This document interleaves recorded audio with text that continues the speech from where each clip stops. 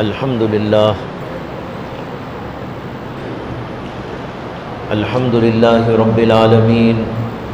والصلاة والسلام علی سید الانبیاء واشرف المرسلین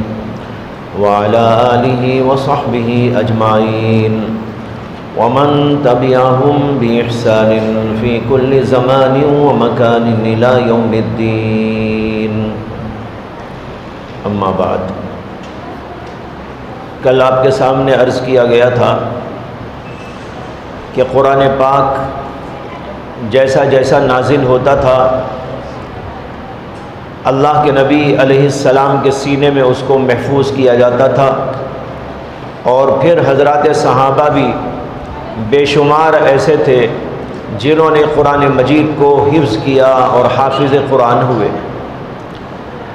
اور دوسری بات یہ بتائی تھی کہ قرآن کریم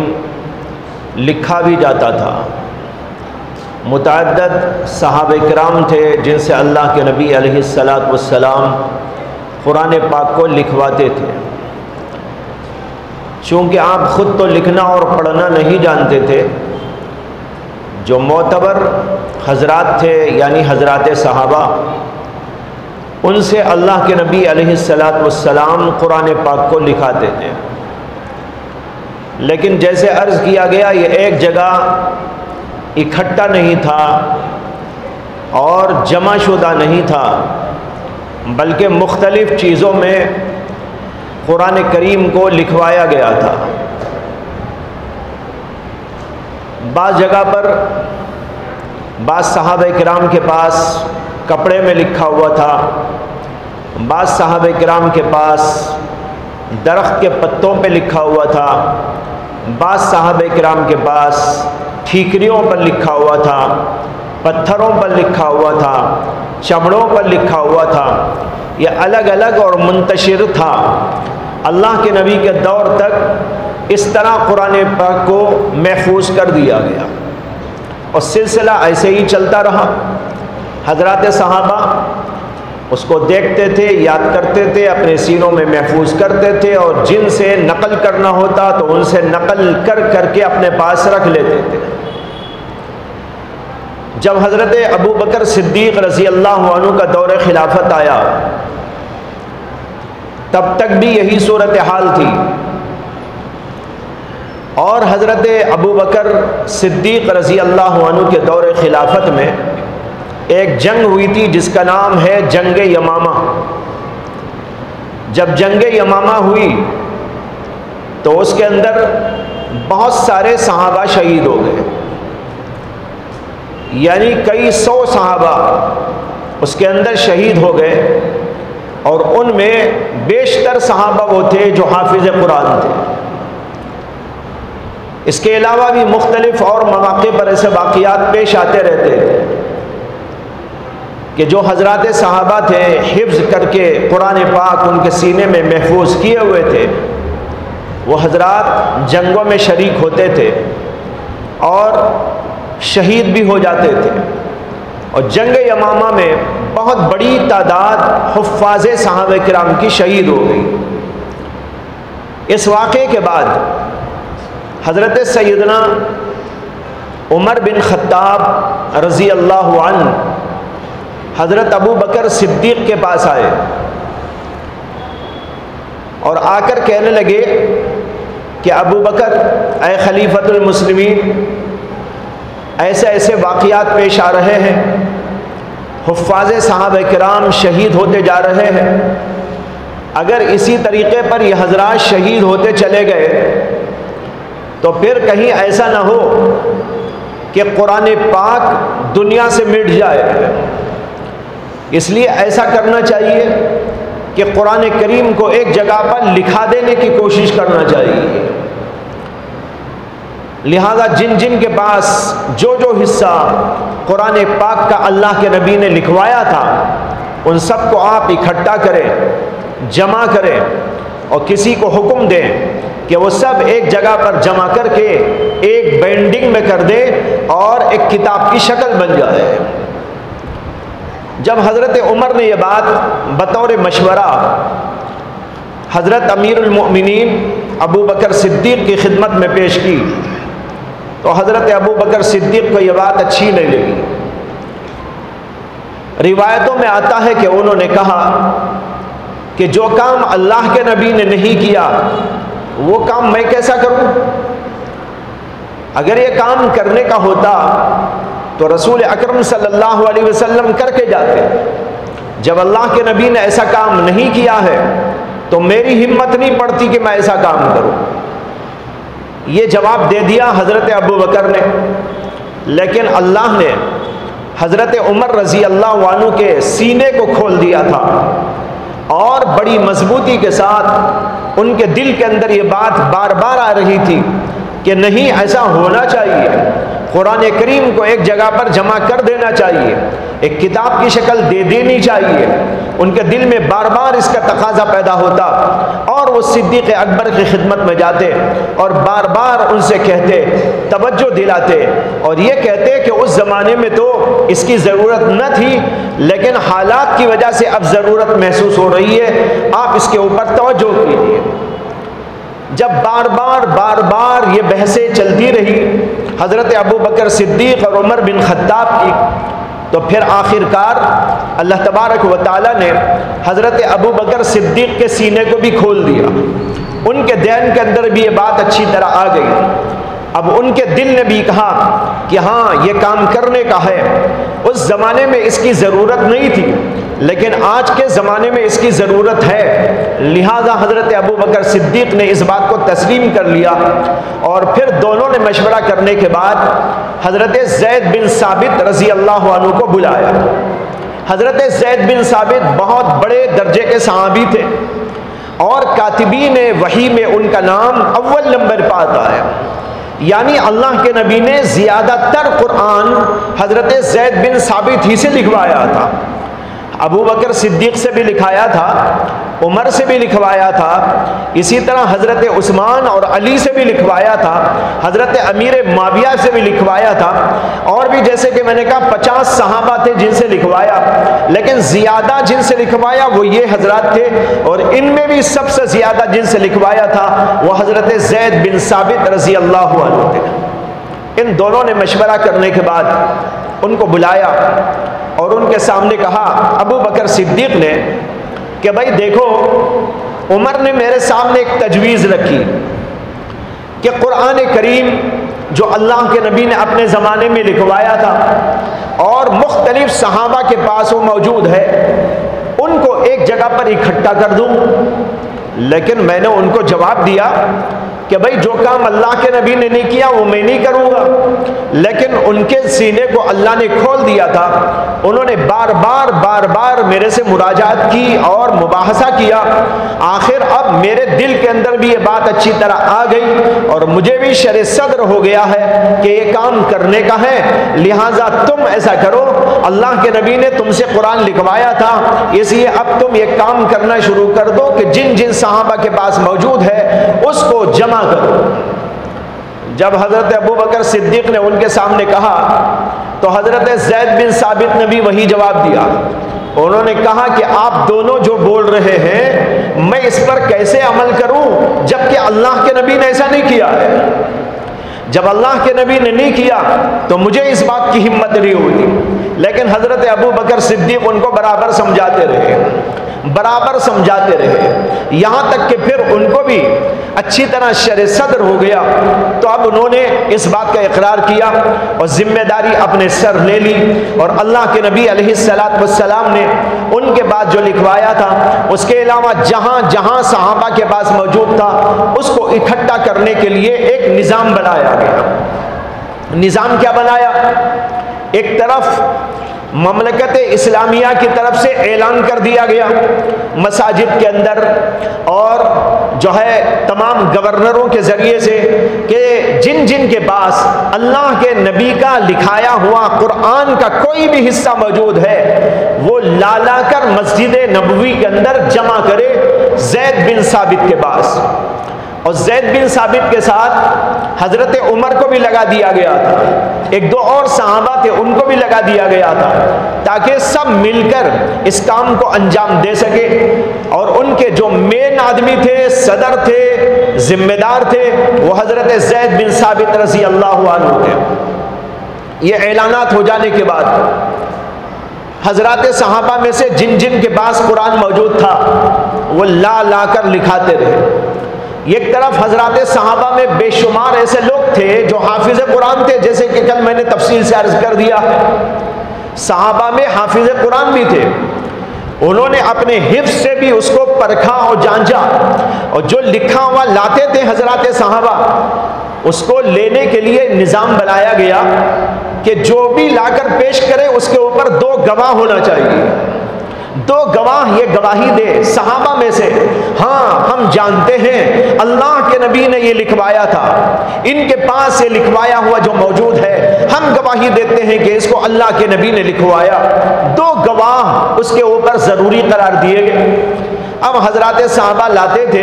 لکھوایا کرتے تھے اور 2 گواہ لایا کرتے تھے، اور جب 2 گواہوں کی موجودگی میں وہ پیش کیا جاتا تھا تو حضرت سیدنا زید بن ثابت اور حضرت عمر اور جو صحابہ اس سلسلے کے ذمہ دار قرار دیے گئے تھے وہ اپنے حافظے سے بھی اس کو دیکھتے تھے، اس لیے کہ وہ خود حافظ قرآن تھے، لہذا اپنے حفظ سے بھی اس کو جانچتے، 2 گواہ بھی اس کے اوپر ہوتے۔ اس طریقے پر قرآن کو لکھنا جمع کرنا شروع کر دیا گیا، یکے بعد دیگرے یکے بعد دیگرے، جہاں جہاں سے آتی رہی باتیں اور یہ آیتیں اس کو جمع کرنا شروع کر دیا گیا۔ ایک صحابی تھے، ان کا نام تھا خزیمہ، وہ بھی ایک بار ایک حصہ لے کر آئے اور آ کر انہوں نے کہا کہ یہ اللہ کے نبی نے میرے پاس میں لکھوایا تھا۔ ان حضرات نے کہا کہ 2 گواہ پیش کرو، اس کے اوپر کوئی گواہ ہے؟ تو انہوں نے کہا نہیں، کوئی گواہ تو موجود نہیں، میں خود اس کا گواہ ہوں، مجھے خود اللہ کے نبی نے لکھوایا تھا، میں ہی اس کا گواہ ہوں۔ تو ان حضرات نے کہا کہ بغیر گواہی کے ہم تمہاری بات کیسے قبول کر لیں؟ لیکن ایک طرف ان کے ذہن میں بھی تھا آیتیں، وہ جو لائے تھے ایسا نہیں کہ ان کے ذہن میں نہیں تھا، وہ آیتیں ان حضرات صحابہ کے ذہن میں موجود تھی اور سینکڑوں صحابہ کے ذہن میں موجود تھی، لیکن اس کے باوجود احتیاطی پہلو سے یہ قرار دیا گیا تھا کہ لانے والے جو بھی آیتیں لے کر آئے اس کے اوپر گواہ پیش کرنا ہوگا۔ حضرت خزیمہ لائے تو ان حضرات نے کہا گواہ پیش کرو، انہوں نے کہا کوئی گواہ موجود نہیں ہے، لیکن اس کے باوجود آپ اس کو لے لیجئے۔ تو ان حضرات نے کہا بغیر گواہی ہم کیسے لے لیں؟ تو حضرت خزیمہ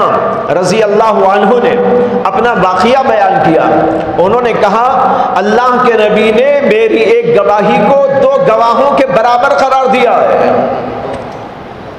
میری یہ فضیلت ہے اور میری یہ خصوصیت ہے، میرا یہ امتیاز ہے کہ اللہ کے رسول نے مجھے 2 گواہوں کے برابر قرار دیا ہے۔ پھر انہوں نے اپنا ایک عجیب قصہ سنایا۔ قصہ یہ سنایا کہ ایک دفعہ اللہ کے نبی صلی اللہ علیہ وسلم سفر میں تھے، اور سفر میں اللہ کے نبی علیہ السلام نے ایک آدمی سے کوئی بیپار کیا تھا، لین دین فرمایا تھا، غالباً گھوڑے کا لین دین تھا، اللہ کے نبی نے گھوڑا بیچا تھا یا خریدا تھا، کچھ لین دین بہرحال ایسا ہوا تھا، اور یہ طے ہو گیا تھا کہ اتنے دنوں کے بعد اس کی رقم ادا کی جائے گی،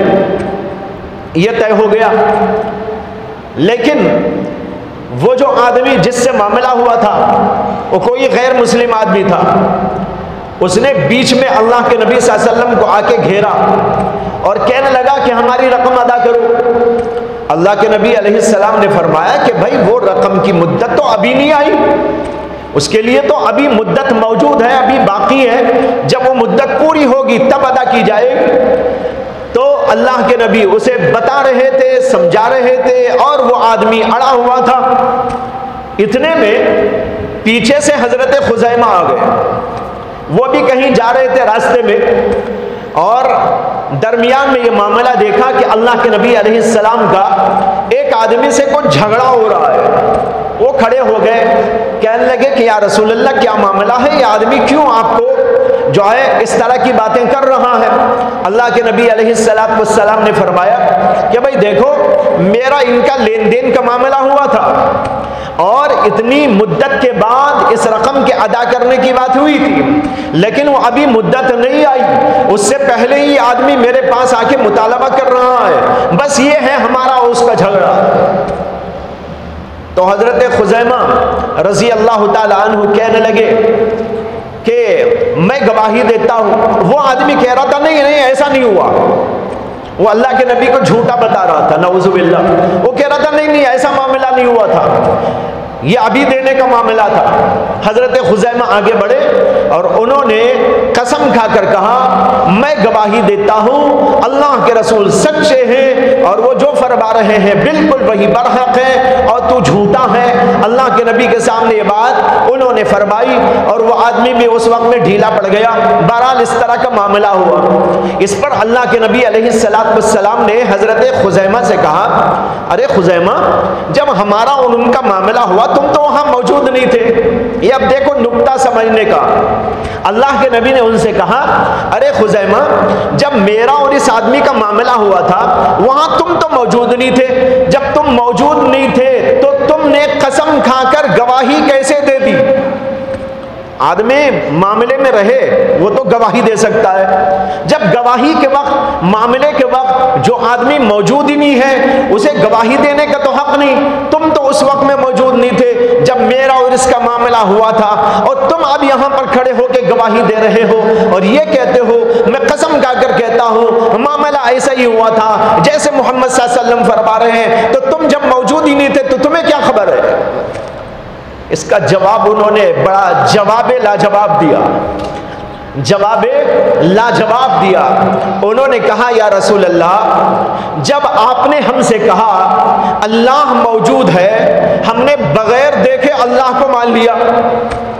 جب آپ نے کہا جنت موجود ہے ہم نے بغیر جنت دیکھے آپ کی بات مان لی، جب آپ نے کہا جہنم اللہ نے بنائی ہے ہم نے بغیر جہنم کو دیکھے آپ کو مان لیا، آپ نے کہا اللہ کے فرشتے ہیں ہم نے کبھی فرشتے کو نہیں دیکھا، آپ کی بات پر ہم نے آپ کو سچا سمجھ کر مان لیا، اور بھی آپ نے باتیں بتائی ہم نے صرف آپ کے بھروسے اور آپ کی سچائی آپ کی صداقت کی وجہ سے ہم نے مان لیا۔ تو جب اتنی بڑی بڑی باتیں بغیر دیکھے ہم مانتے ہیں تو کیا اس جھوٹے کی بات کو لے کر کیا میں یہ نہیں کہہ سکتا کہ اللہ کے نبی سچے ہیں اور جھوٹا ہے؟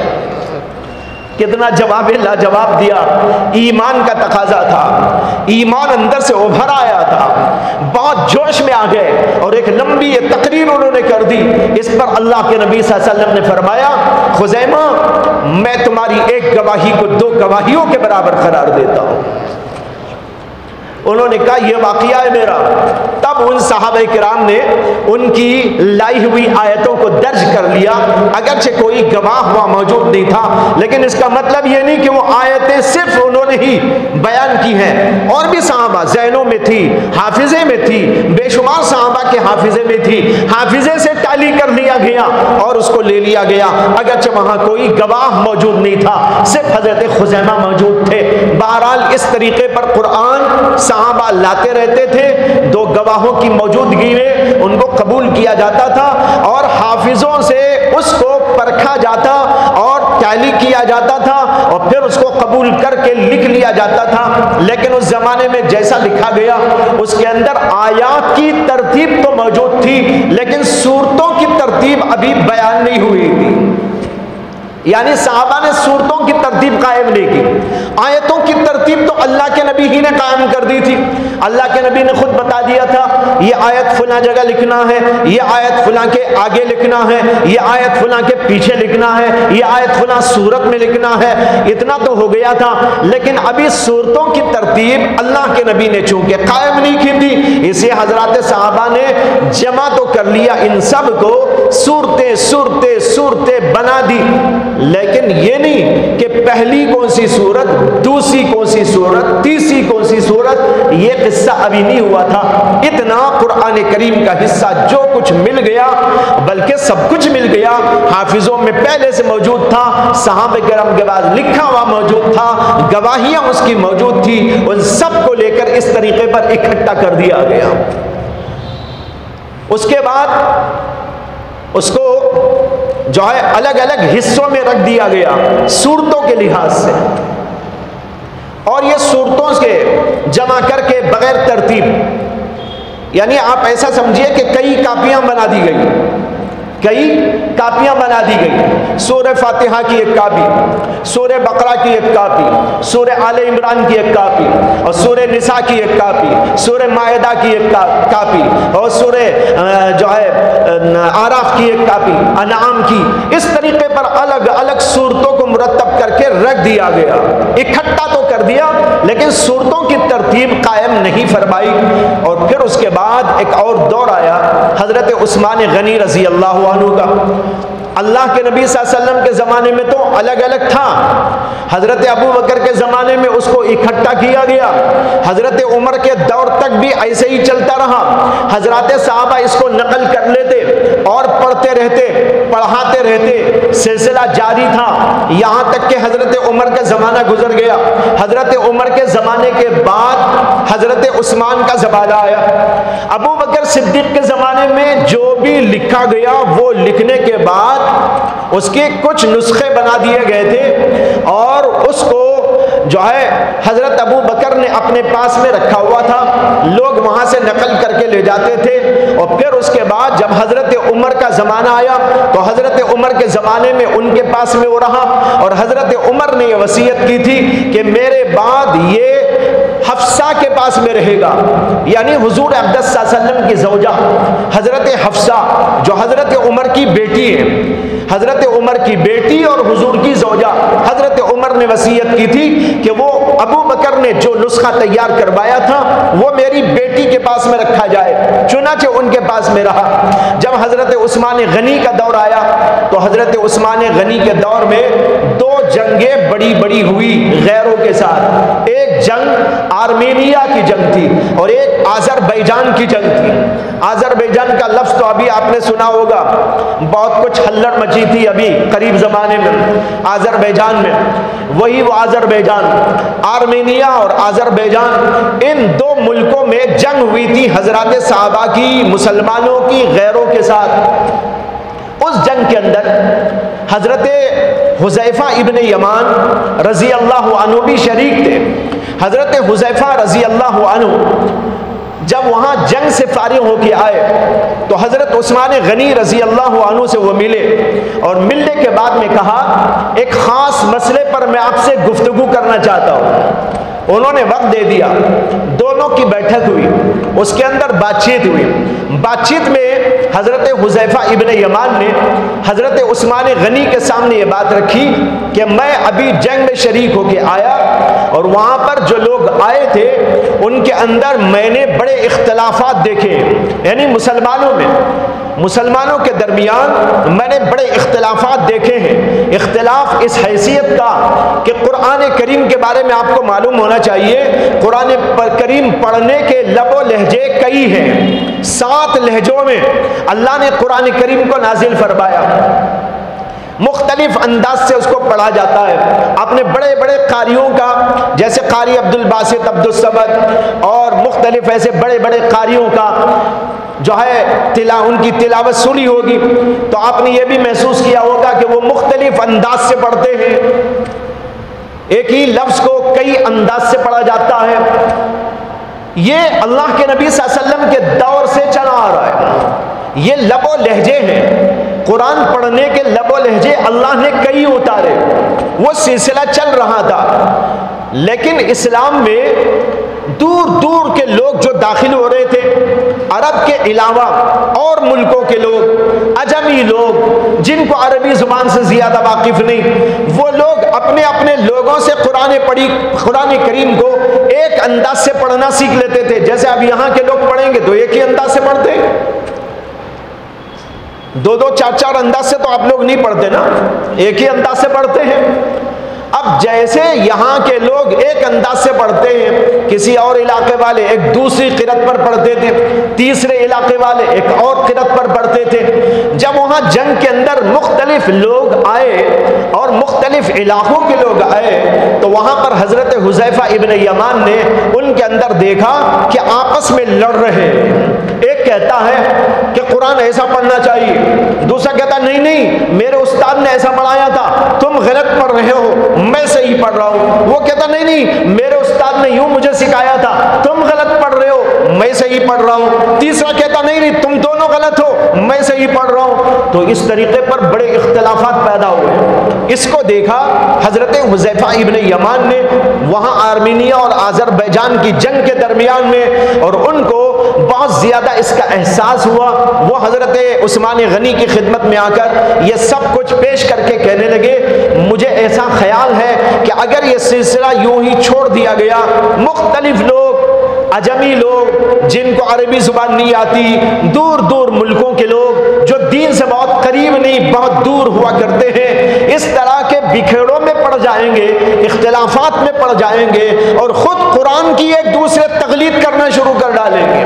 قرآن ہی کو ایک صحیح کہے گا، دوسرا غلط قرار دے دے گا۔ اس لیے میری رائے یہ ہے کہ آپ امت کو ایک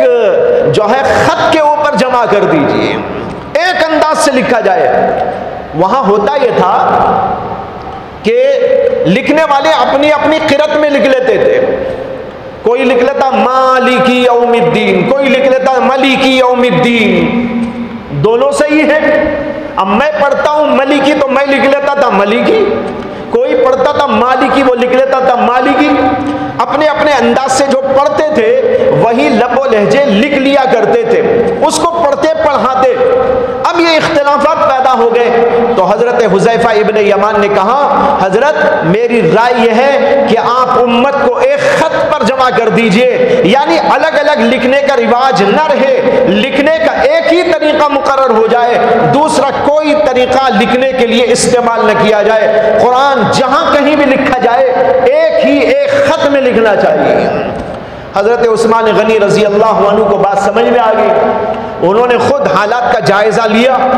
اور خود عربوں کے اندر بھی کبھی کیسی ایسے اختلافات ہوتے تھے، وہ بھی حضرت عثمان غنی رضی اللہ عنہ کے ذہن میں موجود، اور پھر یہ عجمی لوگ جن کا قصہ بھی بیان کیا جو عربی زبان سے واقف نہیں، ان کے اندر تو ایسے اختلافات شدید ہونے کے امکان تھا۔ اس لیے حضرت عثمان غنی رضی اللہ عنہ نے یہ طے کر لیا کچھ حضرات صحابہ کرام کے مشورے کے بعد کہ قرآن کریم کو ایک رسم الخط میں لکھ دینا چاہیے، یعنی اس کی ہینڈ رائٹنگ جس کو کہتے ہیں وہ ایک ہی طرح کی ہوگی، الگ الگ انداز کے لکھنے کی اجازت نہیں ہوگی۔ چنانچہ صحابہ کرام نے اس سلسلے میں میٹنگ کی، اور پھر حضرت زید بن ثابت کو بلایا گیا جو حضرت ابو بکر صدیق کے دور میں قرآن لکھنے کا کام کر چکے تھے، انہی کو بلایا گیا اور ان کے کچھ ساتھیوں کو بلایا گیا، اور ان کے ذمے ایک کام دیا گیا کہ قرآن کریم کو ایک رسم الخط میں لکھنا ہے۔ وہ رسم الخط خاص الخاص انداز کا حضرات صحابہ کرام کے مشورے سے طے ہوا، یہ نہیں کہ علل تب کچھ لکھ دیا گیا ہو، بلکہ اس کے اندر ایسی رعایتیں کی گئی کہ اس میں پڑھنے والا جب پڑھے، مالکی پڑھنے والے کو بھی اس میں موقع ہو مالکی پڑھنے کا، ملکی پڑھنے والے کو بھی موقع ہو پڑھنے کا۔ ایسا عجیب و غریب ایک رسم الخط تیار کیا گیا جو صرف قرآن کے لیے استعمال ہوتا ہے، دنیا کی کسی کتاب کے لیے وہ رسم الخط استعمال نہیں ہوتا۔ چنانچہ حضرات صحابہ نے اس طریقے پر یہ کیا۔ دوسرا کام یہ کیا ان حضرات نے، یعنی حضرت عثمان غنی کے دور میں، کہ قرآن کریم کو جیسے میں نے کہا الگ الگ کاپیوں میں تو لکھ دیا گیا تھا، لیکن ترتیب موجود نہیں تھی، پہلے کون سی سورت، بعد میں کون سی سورت، تیسرے نمبر پر کون سی سورت، چوتھے نمبر پر کون سی سورت، یہ نہیں تھا۔ اس لیے حضرات صحابہ کرام نے کچھ چیزوں کو سامنے رکھ کر، مشورے کے بعد اللہ کے نبی کی کچھ باتوں کو ذہن میں رکھ کر، کچھ حوالہ جات جو ان کے پاس موجود تھے اس کو سامنے رکھ کر ترتیب کا کام بھی قرار دے دیا۔ لہذا قرآن کریم کی ترتیب پہلے یہ سورت، پھر اس کے بعد یہ سورت، پھر اس کے بعد یہ سورت، اس طریقے پر مرتب کر کے اس کو ایک بینڈنگ میں کر دیا گیا۔ یہ حضرت عثمان غنی رضی اللہ عنہ کے دور خلافت کے اندر ہوا۔ حضرت عثمان غنی کے دور میں دو کام ہوئے، ایک رسم الخط تیار کیا گیا قرآن کے لیے، کہیں وہ استعمال نہیں ہوتا۔ اس کی مثالیں جو ہے اگر آپ کسی موقع پر ہوا تو میں آپ کو سمجھاؤں گا کہ کیسا ہوتا ہے قرآن کریم کا رسم الخط۔ عام کتابوں میں اور رسم الخط استعمال نہیں کیا جاتا، اس کے لیے مستقل کتابیں بھی موجود ہیں جس کے اندر اس کی تفصیلات لکھی ہوئی موجود۔ بتانا یہ کہ ایک کام تو یہ ہوا اس زمانے میں، اور دوسرا کام قرآن کریم کی سورتوں کی ترتیب کا۔ اس زمانے کے تمام صحابہ اور امتی اس بات کے اوپر متفق ہو گئے کہ یہ ہے قرآن کریم کی ترتیب، اس طریقے پر ترتیب کا کام ہو گیا، اور اس زمانے سے اسی رسم الخط میں اور اسی ترتیب کے ساتھ قرآن کریم لکھا جا رہا ہے۔ اسی لیے علماء کا اتفاق ہے، فقہائے کرام کا اتفاق ہے، اور اس سے پہلے صحابہ کرام کا اتفاق ہے کہ قرآن کے اس رسم الخط کے علاوہ کسی اور انداز سے قرآن کو لکھنا جائز نہیں ہے۔ ایک چھوٹی سی مثال دیتا ہوں، آپ پڑھنے والے قرآن پڑھتے ہیں تو اس میں جگہ جگہ ہے اقیموا الصلاۃ وآتوا الزکاۃ، بے شمار موقعوں پر ہے قرآن میں نماز قائم کرو، زکوٰۃ ادا کرو۔ یہاں صلاۃ کا جو لفظ لکھا جاتا ہے آپ اٹھا کر غور کرو کہ قرآن میں کیسا لکھا ہوا ہے۔ صاد، اس کے بعد لام، لام کے اوپر کھڑا زبر، اس کے بعد واو، واو بھی ہے اس میں، پھر اس کے بعد گول تا، ایسا ہے نا۔ زکوٰۃ بھی ایسے ہی لکھتے ہیں، زا، اس کے بعد کاف، کاف کے اوپر کھڑا زبر، پھر ایک واو اس کے اندر ہے، وہ واو پڑھنے میں تو نہیں آتا لیکن لکھنے میں آتا ہے۔ جہاں بھی آپ صلاۃ کا لفظ لکھیں گے قرآن میں، زکوٰۃ کا لفظ لکھیں گے قرآن میں، وہاں اسی طرح واو کے ساتھ لکھیں گے، لام کے اوپر کھڑا زبر، کاف کے اوپر کھڑا زبر ڈالا کریں گے۔ ایسا آپ نہیں لکھ سکتے کہ جو ہے صاد، اس کے بعد میں لام، الف زبر لا، پھر تا، صلاۃ۔ دوسری کتابوں میں ایسا لکھا جائے گا، چنانچہ عربی میں جو بھی کتاب چھپتی ہے کہیں بھی اٹھا کے دیکھ لو اس میں صلاۃ ایسا لکھا ہوا ہے، صاد، لام، الف زبر لا، پھر آگے گولتا، صلاۃ۔ زکوٰۃ اسی طرح لکھا جاتا ہے، ذات، زا، پھر کاف، الف زبر کا، پھر گولتا۔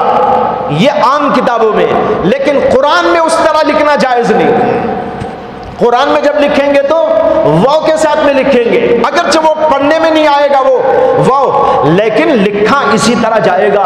ایسے بہت سارے الفاظ ہیں جس کو خاص انداز سے لکھا گیا، اسی رسم الخط میں قرآن کریم کو لکھنا ضروری ہے، اس سے ہٹ کر قرآن کریم کو لکھنے کی اجازت نہیں۔ اس طرح بھائیوں یہ قرآن جو آج ہمارے ہاتھوں میں ہے ایک بینڈنگ میں پایا جا رہا ہے، وہ اس طریقے پر مرتب ہو کر حضرت عثمان غنی رضی اللہ عنہ کے دور سے اب تک برابر چلا آ رہا ہے، لیکن اس کے اندر کچھ باتیں بعد میں آئی۔ اس زمانے میں، حضور کے زمانے میں، صحابہ کے زمانے میں نقطے نہیں ہوا کرتے تھے، دوسرے زیر زبر پیش یہ بھی نہیں ہوا کرتا تھا، ان کو اس کی ضرورت ہی نہیں تھی۔ جیسے ہم اردو پڑھنے والے اردو پڑھتے ہیں تو اس کے اندر زیر زبر نہیں ہوتا ہے، زیر زبر تو نہیں ہوتا، لیکن آپ لوگ پڑھ لیتے ہیں کہ نہیں پڑھ لیتے؟ آپ سے مراد جو اردو پڑھنے والے ہیں، ورنہ تو بے شمار یہاں وہ بھی ہوں گے جو اردو ہی نہیں پڑھتے۔ بھائی اردو بھی پڑھا کرو، اردو پڑھنے کا رواج ڈالا کرو، اردو پڑھنا ضروری ہے۔ ہندوستان کے ماحول کے اندر دین کو سمجھنے کے لیے اردو کا جاننا بہت ضروری ہوتا ہے۔ تو بہرحال اردو پڑھنے والے جانتے ہیں کہ اس میں لکھا نہیں جاتا زیر زبر۔ مثلا لکھا ہوا ہے جامعہ مسجد، جامع مسجد، وہاں کوئی ایسا نہیں لکھتا جیم الف زبر جا، میم عین زیر میع، جامع، میم سین زبر، پھر اس کے بعد میں جیم دال زیر، مسجد، زیر نہیں ہوگا، زبر نہیں ہوگا، لیکن آپ دیکھتے ہی پڑھ لیتے ہیں کہ نہیں پڑھ لیتے؟ یہ مسجد، جامع، مدرسہ، سب دیکھتے ہی سمجھ میں آ جاتا ہے، زیر زبر کچھ نہیں ہے۔ اسی طرح جیسے ہم اردو والوں کو زیر زبر کی ضرورت نہیں ہوا کرتی، اسی طریقے پر عرب میں وہاں زیر زبر لگانے کی ضرورت نہیں تھی، اور زیر زبر تو کیا نقطوں کی بھی ضرورت نہیں تھی۔ شین کے اوپر 3 نقطے، سین پر کوئی نقطہ نہیں، نون کے پیٹ میں ایک نقطہ، با کے نیچے ایک نقطہ، اس کی کوئی ضرورت نہیں تھی، یوں لکھ دیے تو سمجھ جاتے تھے کہ یہ با ہے کہ نون ہے، لفظ سے خود ان کو سمجھ میں آ جاتا تھا یہاں نون پڑھنا ہے یا با پڑھنا ہے یا تا پڑھنا ہے یا پڑھنا ہے، اوپر نیچے جو ہے لگانے کی ضرورت نہیں ہوتی تھی، وہ پڑھتے چلے جاتے تھے، اس لیے کہ جیسے ہم اردو پڑھتے ہیں وہ عربی داں اسی طرح پڑھا کرتے تھے۔ لیکن جب قرآن کریم کو پڑھنے والے عرب کے علاوہ عجمی لوگ بھی ہو گئے، ہندوستانی لوگ بھی ہو گئے اور ملکوں کے لوگ بھی ہو گئے جن کی اپنی زبان مادری کچھ اور تھی لیکن قرآن ان کو بھی پڑھنا تھا، تو اس زمانے میں اس بات کی طرف توجہ دی گئی کہ قرآن میں نقطے بھی لگائے، زیر زبر بھی لگائے۔ بعض روایتوں سے معلوم ہوتا ہے کہ تابعین کے زمانے میں نقطے لگائے گئے، بعض روایتوں سے معلوم ہوتا ہے حضرت علی کے زمانے میں ہی نقطوں کا لگانے کا کچھ سلسلہ جاری ہو گیا تھا۔ ابو الاسود دوئلی حضرت علی رضی اللہ عنہ کے شاگرد تھے، سب سے پہلے نقطے انہوں نے لگائے تھے، پھر اس کے بعد اس کا کچھ رواج چلا۔ اور زیر زبر اس کے بارے میں کہا جاتا ہے کہ حضرت حسن بصری اور بعض علماء نے یہ لگایا تھا جبکہ حجاج بن یوسف کا زمانہ تھا۔ حجاج بن یوسف جو بڑا ہی ظالم بادشاہ تھا، لیکن اس کے باوجود اس نے اپنے دور خلافت کے اندر ایک کام بڑا بھاری بھرکم کر دیا اور پوری امت پر ایسا احسان رکھ کے چلا گیا کہ جو بھی قرآن پڑھتا ہے اس کو دعا دینا ضروری ہو جاتی ہے کہ نہیں ہے؟ اگر وہ زیر زبر لگا کے نہ جاتا تو بھئی آپ کیسا پڑھتے زیر زبر کے بغیر قرآن؟ یہ الگ بات کہ کوئی اور لگاتا،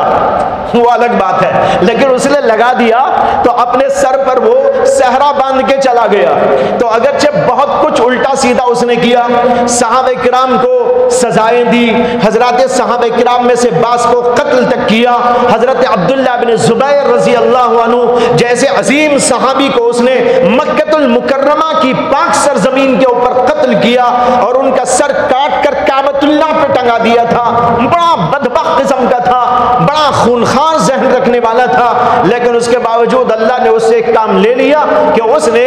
زیر زبر لگانے کی طرف توجہ دی اور بڑے بڑے تابعین کو جیسے کہ حضرت حسن بصری وغیرہ کو اس نے یہ ذمہ داری دی اور ان حضرات نے قرآن کریم کے اوپر اعراب یعنی زیر زبر لگایا۔ اس طریقے پر بھائیو یہ قرآن اس زمانے سے محفوظ آج تک موجود ہے، قیامت تک یہ سلسلہ چلتا رہے گا۔ اللہ تعالی ہمیں قرآن کی قدر کرنے کی توفیق عطا فرمائے اور اس کو پڑھنے اور اس پر عمل کی توفیق عطا فرمائے۔ وآخر دعوانا ان الحمد للہ رب العالمین۔ اللہم صلی علی سیدنا مولانا محمد وعلی آل سیدنا مولانا محمد وبارک وسلم۔ ربنا آتنا في الدنيا حسنة وفي الآخرة حسنة وقنا عذاب النار ربنا لا تزغ قلوبنا بعد إذ هديتنا وهب لنا من لدنك رحمة إنك أنت الوهاب ربنا لا تجعلنا فتنة للقوم الظالمين ونجنا برحمتك من القوم الكافرين ربنا لا تؤاخذنا إن نسينا أو أخطأنا ربنا ولا تحمل علينا إصرا كما حملته على الذين من قبلنا ربنا ولا تحملنا ما لا طاقة لنا به واعف عنا واغفر لنا وارحمنا أنت مولانا فانصرنا على القوم الكافرين سبحان ربك رب العزة عما يصفون وسلام على المرسلين والحمد لله رب العالمين۔